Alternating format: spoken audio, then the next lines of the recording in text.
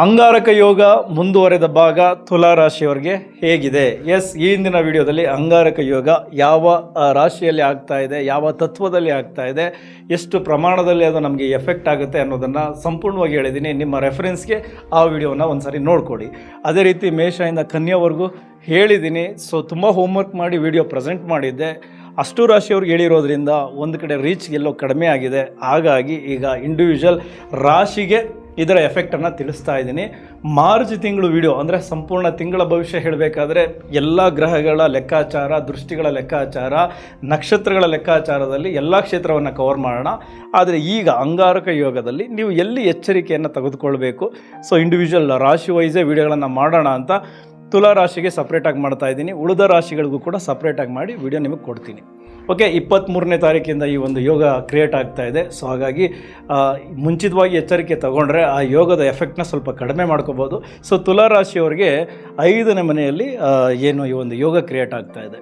5ನೇ ಮನೆ ನಮ್ಮ ಹೂಡಿಕೆಯ ಸ್ಥಾನ, ಮಕ್ಕಳು, ಪ್ರೀತಿ, ಪ್ರೇಮ, ರೊಮ್ಯಾನ್ಸ್ ಎಲ್ಲವನ್ನು ಅಲ್ಲಿಂದ ನೋಡ್ತೀವಿ. ಅಲ್ಲಿಂದ ಕುಜನ ದೃಷ್ಟಿ ಇಲ್ಲಿ ಅಷ್ಟಮ ಸ್ಥಾನಕ್ಕೂ ಇದೆ, ಲಾಭಸ್ಥಾನಕ್ಕೂ ಇದೆ, ಜೊತೆಗೆ 12ನೇ ಮನೆಗೂ ಇದೆ. ಇನ್ನು ರಾಹುವಿನ ದೃಷ್ಟಿ 5ನೇ ದೃಷ್ಟಿ ಇಲ್ಲಿ ನಿಮ್ಮ ಭಾಗ್ಯಸ್ಥಾನಕ್ಕೂ ಇದೆ, ಜೊತೆಗೆ ನಿಮ್ಮ 11ನೇ ಮನೆಗೂ ಇದೆ, ಜೊತೆಗೆ ನಿಮ್ಮ ಲಗ್ನಕ್ಕೂ ಇದೆ. ಸೊ ಹಾಗಾಗಿ ಈ ದೃಷ್ಟಿಗಳ ಲೆಕ್ಕಾಚಾರ ಮತ್ತು ಆ ಮನೆಯ ಇಂಪ್ಯಾಕ್ಟ್ ನಿಮಗೆ ಏನೆಲ್ಲ ತೊಂದರೆ ಕೊಡ್ಬೋದು ಅದ್ರ ಕಡೆ ಗಮನ ಕೊಟ್ಟರೆ ಸಾಕು, ಅಲ್ಲಿ ಎಚ್ಚರಿಕೆಯನ್ನು ತೆಗೆದುಕೊಂಡ್ರೆ ಸಾಕು, ಸ್ವಲ್ಪ ಸೇಫ್ ಆಗ್ತೀರಾ. ಸೊ ಈಗ ಮೊದಲನೇದಾಗಿ ಹೂಡಿಕೆ ಸ್ಥಾನ. ಈಗ ಈ ಪೀರಿಯಡು ನೀವು ಹೂಡಿಕೆ ಮಾಡೋದಕ್ಕೆ ಒಳ್ಳೆಯದಲ್ಲ. ಯಾಕೆ ಅಂದರೆ ಕುಜ ಆತುರದ ನಿರ್ಧಾರಗಳನ್ನು ಕೊಟ್ಟರೆ ಏನು ರಾಹು ಇದೆಯನ್ನಲ್ಲ ಸ್ವಲ್ಪ ಭ್ರಮೆಯನ್ನು ಕ್ರಿಯೇಟ್ ಮಾಡ್ತಾನೆ. ಏನೋ ದೊಡ್ಡ ಮಟ್ಟದ ಲಾಭ ಮಾಡಿಬಿಡ್ತೀನಿ ಅನ್ನೋ ಆಸೆಯಲ್ಲಿ, ಸಾಹಸ ಪ್ರವೃತ್ತಿಯಲ್ಲಿ ಈಗ ಹೂಡಿಕೆಗೆ ಮುಂದಾಗ್ಬಿಡ್ತೀರಾ. ಸೊ ದೊಡ್ಡ ಮಟ್ಟದ ಲಾಸ್ ನಿಮಗೋಸ್ಕರ ಕಾಯ್ತಾ ಇರುತ್ತೆ. ಹಾಗಾಗಿ ಈ ಒಂದು ಪೀರಿಯಡ್ ತುಂಬ ಎಚ್ಚರಿಕೆಯಿಂದ, ನೀವು ಹೂಡಿಕೆಯಲ್ಲಿ ಆಲ್ರೆಡಿ ಎಕ್ಸ್ಪರ್ಟ್ ಆಗಿದ್ದರೆ ಸ್ವಲ್ಪ ವಿಚಾರ ಮಾಡಿ ಆತುರದ ನಿರ್ಧಾರ ತೆಗೆದುಕೊಳ್ಳದೆ ಹೂಡಿಕೆಯನ್ನು ಮಾಡಿ. ನನ್ನ ವಿಚಾರ ಏನಪ್ಪ ಅಂದರೆ ಹೂಡಿಕೆಯನ್ನು ಈ ಒಂದು ತಿಂಗಳು ಕೈ ಬಿಡೋದೇ ಒಳ್ಳೆಯದು. ಇಂಡಸ್ಟ್ರಿಯಲ್ಲಿ ಏನಾಗ್ತಾ ಇದೆ ಅನ್ನೋದ್ರ ಕಡೆ ಜಸ್ಟ್ ಗಮನ ಕೊಟ್ಟರೆ ಸಾಕು. ಮಿಕ್ಕಿದ್ದು ಹೂಡಿಕೆ ಮುಂದಿನ ದಿನಗಳಲ್ಲಿ ಇರುತ್ತೆ ಲಾಭ ಗಳಿಸೋದಕ್ಕೆ. ಈಗ ಸ್ವಲ್ಪ ಅದ್ರ ಕಡೆ ಹೆಚ್ಚಿನ ಗಮನ ಕೊಡಿ. ಇನ್ನು 5ನೇ ಮನೆ ಮಕ್ಕಳ ಸ್ಥಾನ. ನಿಮ್ಗೆ ಆಲ್ರೆಡಿ ಹೇಳಿದ್ದೀನಿ, ಇದು ಏನು ವಾಯುತತ್ವದಲ್ಲಿ ಆಗ್ತಾ ಇರೋದ್ರಿಂದ ಗಾಳಿಯಲ್ಲಿ ಸೋಂಕು ಹರಡುತ್ತೆ. ನೋಡಿ, ಈ ಹಿಂದೆನೂ 2019ರಲ್ಲಿ ಮಿಥುನ ರಾಶಿ, ಅದು ಕೂಡ ವಾಯುತತ್ವದ ರಾಶಿ, ಅಲ್ಲಾಗಿತ್ತು. ಆ ಟೈಮಲ್ಲಿ ನಿಫಾ ಅನ್ನೋ ವೈರಸ್ ಕೇರಳದಲ್ಲಿ ನಿಮಗೆ ದೊಡ್ಡ ಸುದ್ದಿ ಆಗಿತ್ತಲ್ಲ. ಪ್ರಾಣಿಗಳಿಂದ ಅದು ಗಾಳಿಯಲ್ಲಿ ಹರಡಿ ಜನರುಗಳಿಗೆ ತುಂಬ ತೊಂದರೆ ಆಗಿತ್ತು. ಅದೇ ಥರದ ಯಾವುದಾದ್ರೂ ಒಂದು ವೈರಸ್ ಅಥವಾ ಬ್ಯಾಕ್ಟೀರಿಯಾದಿಂದ ಒಬ್ಬರಿಂದ ಒಬ್ಬರಿಗೆ ಗಾಳಿಯಲ್ಲಿ ಹರಡುವ ರೋಗ ಉಂಟಾಗಬಹುದು.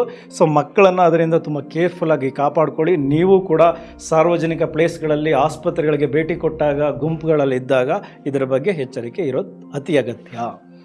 ಅದೇ ರೀತಿ ಇನ್ನು ಪ್ರೇಮಿಗಳು. ಸೊ 5ನೇ ಮನೆ ಪ್ರೀತಿ, ಪ್ರೇಮ ಎಲ್ಲವನ್ನ ತಿಳಿಸುತ್ತೆ. ಪ್ರೇಮಿಗಳ ನಡುವೆ ಬೆರುಕು ಉಂಟಾಗಿ ಬ್ರೇಕಪ್ ಆಗಬಹುದು. ಸೊ ಹಾಗಾಗಿ ಏನಾದರೂ ಈ ಸಂದರ್ಭದಲ್ಲಿ ಮಾತಿಗೆ ಮಾತು ಜಗಳ ಆಗುವಂತಹ ಸನ್ನಿವೇಶಗಳು ಬಂದರೆ ಒಬ್ಬರು ಅದರಿಂದ ಹೊರಗಡೆ ಬರೋದಕ್ಕೆ ಟ್ರೈ ಮಾಡಿ, ಜಗಳನ ಕಂಟ್ರೋಲ್ ಮಾಡಿ ಈಗ ನಿಮ್ಮ ಪ್ರೀತಿಯನ್ನು ಕಾಪಾಡಿಕೊಂಡ್ರೆ ಮುಂದೆ ಅದು ನಿಮಗೆ ಒಳ್ಳೇದು ಮಾಡುತ್ತೆ. ಸೊ ಹಾಗಾಗಿ ಈ ಪ್ರೀತಿ ಪ್ರೇಮದ ವಿಚಾರದಲ್ಲೂ ಎಚ್ಚರಿಕೆ ಅತ್ಯಗತ್ಯ.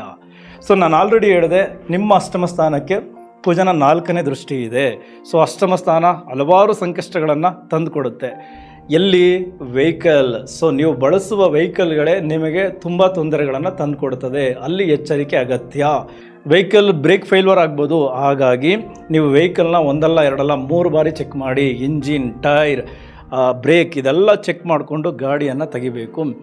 ಅಥವಾ ನನ್ನ ಪ್ರಕಾರ ಈ ತಿಂಗಳು ದೂರದ ಪ್ರಯಾಣಗಳು, ಸ್ಪೆಷಲಿ ರಾಜಕಾರಣಿಗಳು, ಬಿಸ್ನೆಸ್ ಮ್ಯಾನ್ಗಳು ವಿಮಾನ ಪ್ರಯಾಣವನ್ನೇನಾದರೂ ನೀವು ಹಮ್ಮಿಕೊಂಡಿದ್ರೆ ದಯವಿಟ್ಟು ಕ್ಯಾನ್ಸಲ್ ಮಾಡಿ. ಸ್ಪೆಷಲಿ 23ರಿಂದ ಮೇ 5 ಏನಿದೆಯಲ್ಲ ಅದು ತುಂಬ ಕೆಟ್ಟ ಪಿರಿಯಡ್. ಸೊ ಯಾಕೆಂದರೆ ಡಿಗ್ರಿ ವಯಸ್ಸು ತುಂಬ ಹತ್ತಿರ ಇರ್ತಾರೆ ರಾಹು ಮತ್ತು ಕುಜ. ಹಾಗಾಗಿ ಆ ಸಮಯದಲ್ಲಿ ಪ್ರಯಾಣವನ್ನು ಮಾಡಲೇಬಾರದು. ಏನಕ್ಕೆ ಅಂದರೆ ವಿಮಾನ ಅಪಘಾತ ಆಗುತ್ತೆ ಅನ್ನೋದನ್ನು 2007ರಲ್ಲೂ ಕೂಡ ತೋರಿಸ್ಕೊಟ್ಟಿದೆ. ಹಾಗಾಗಿ ವಿಮಾನ ಪ್ರಯಾಣ ಈ ಸಂದರ್ಭದಲ್ಲಿ ಬೇಡ. ಸೊ ದೂರದ ಪ್ರಯಾಣವನ್ನು ಕ್ಯಾನ್ಸಲ್ ಮಾಡಿ. ಜೊತೆಗೆ ನೀವು ಮನೆಯಲ್ಲಿ ಬಳಸುವಂತಹ ಸಣ್ಣ ಪುಟ್ಟ ಆಯುಧಗಳು ಕೂಡ ನಿಮಗೆ ತೊಂದರೆಗಳನ್ನು ಕೊಡಬಹುದು. ರಕ್ತವನ್ನು ನಿಮ್ಮ ಮೈಯಿಂದ ತರಿಸಬಹುದು. ಹಾಗಾಗಿ ಯಾರ್ಯಾರು ಈ ಯಂತ್ರೋಪಕರಣಗಳನ್ನು ಬಳಸ್ಕೊಂಡು ಕೆಲಸ ಮಾಡ್ತಾ ಇರ್ತೀರ, ನೀವು ಎಚ್ಚರಿಕೆಯಿಂದ ಇರಿ. ಮನೆಯಲ್ಲಿ ನೀವು ಬಳಸುವ ಆಯುಧಗಳಿಂದ ಎಚ್ಚರಿಕೆಯಿಂದ ಇರಿ.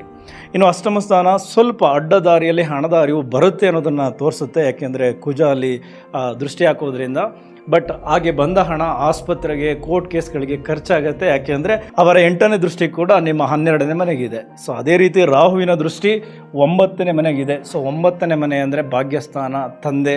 ಸೊ ನಿಮ್ಮ ತಂದೆಯ ಆರೋಗ್ಯದಲ್ಲಿ ಸ್ವಲ್ಪ ಏನಾದರೂ ಹೆಚ್ಚು ಕಡಿಮೆ ಆಗ್ಬೋದು, ಅಥವಾ ತಂದೆಯ ಜೊತೆಗೆ ಮನಸ್ತಾಪಗಳು ಹೆಚ್ಚಾಗ್ಬೋದು. ಸೊ ಅದ್ರ ಕಡೆಯೂ ಕೂಡ ಎಚ್ಚರಿಕೆ ಇರಲಿ.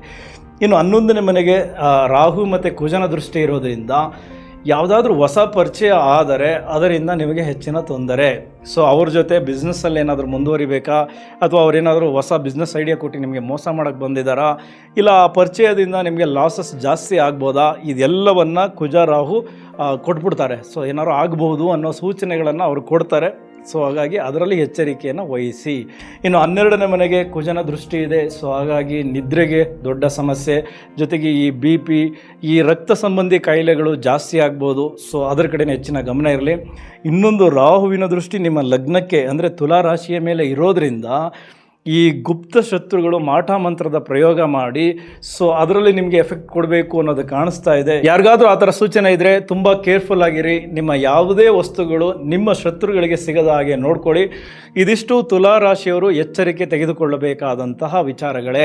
ಇನ್ನು ಮಾರ್ಚ್ ತಿಂಗಳಲ್ಲಿ ಏನೆಲ್ಲ ಲಾಭ ಇದೆ, ಎಲ್ಲಿ ಹಣದ ಹರಿವು ಇದೆ, ಆರೋಗ್ಯದಲ್ಲಿ ಇನ್ನೆಲ್ಲೆಲ್ಲಿ ನಾವು ಎಚ್ಚರಿಕೆಯಿಂದ ಇರಬೇಕು, ಅದನ್ನೆಲ್ಲ ಮಾರ್ಚ್ ತಿಂಗಳ ವಿಡಿಯೋದಲ್ಲಿ ನೋಡೋಣ. ಇದಿಷ್ಟು ಅಂಗಾರಕ ಯೋಗದ ಎಫೆಕ್ಟ್ ತುಲಾ ರಾಶಿಯವರಿಗೆ 40 ದಿನಗಳು ಇರ್ತದೆ. ಸೊ ಮೊದಲ ಹಂತದಲ್ಲಿ ಪ್ರಯಾಣವನ್ನು ಕ್ಯಾನ್ಸಲ್ ಮಾಡಿ, ವಿಮಾನ ಪ್ರಯಾಣ, ದೂರ ಪ್ರಯಾಣ ಮಾಡಲಿಕ್ಕೆ ಹೋಗಬೇಡಿ. ಎಚ್ಚರಿಕೆ ಎಚ್ಚರಿಕೆ ಎಚ್ಚರಿಕೆ. ಎಸ್, ಇದು ಜ್ಯೋತಿಷ್ಯದ ಮಾರ್ಗದರ್ಶನ. ಈ ಹಿಂದೆ ಇದೇ ಥರದ ಗ್ರಹಗಳ ಕಾಂಬಿನೇಷನಲ್ಲಿ ಹಲವಾರು ಘಟನೆಗಳು ಆಲ್ರೆಡಿ ಬಂದು ಹೋಗಿವೆ. ಸೊ ಈಗ ನಾವು ಆ ಥರದ ಘಟನೆಗಳು ಬರಬಾರ್ದು ಅಂತಲೇ ಅಂದ್ಕೊಳ್ಳೋಣ. ಬಟ್ ಗ್ರಹಗಳು ಘಟನೆಗಳನ್ನು ಟ್ರಿಗರ್ ಮಾಡೇ ಮಾಡ್ತವೆ. ಸೊ ನಾವು ಎಚ್ಚರಿಕೆಯನ್ನು ತೆಗೆದುಕೊಂಡ್ರೆ ಆಗುವಂತಹ ಅನಾಹುತಗಳಿಂದ ದೂರ ಇರ್ಬೋದು. ಸೊ ನಿಮ್ಮೆಲ್ಲರಿಗೂ ಒಳ್ಳೆಯದಾಗಲಿ. ಮುಂದಿನ ವಿಡಿಯೋ ವೃಶ್ಚಿಕ ರಾಶಿಯವರಿಗೆ ನಾನು ನೆಕ್ಸ್ಟ್ ವಿಡಿಯೋದಲ್ಲಿ ಸಿಗ್ತೀನಿ. ಅದೇ ರೀತಿ ತುಲಾ ರಾಶಿಯವರಿಗೆ ಮಾರ್ಚ್ ತಿಂಗಳ ವಿಡಿಯೋದಲ್ಲಿ ಎಲ್ಲ ಕ್ಷೇತ್ರಗಳನ್ನು ಕವರ್ ಮಾಡಿ ನಿಮ್ಮ ಮುಂದೆ ಬರ್ತೀನಿ. ಸೊ ಇಲ್ಲಿವರೆಗೂ ವಿಡಿಯೋ ನೋಡಿದ್ದಕ್ಕೆ ಧನ್ಯವಾದಗಳು. Thank you very much. Safe ಆಗಿರಿ.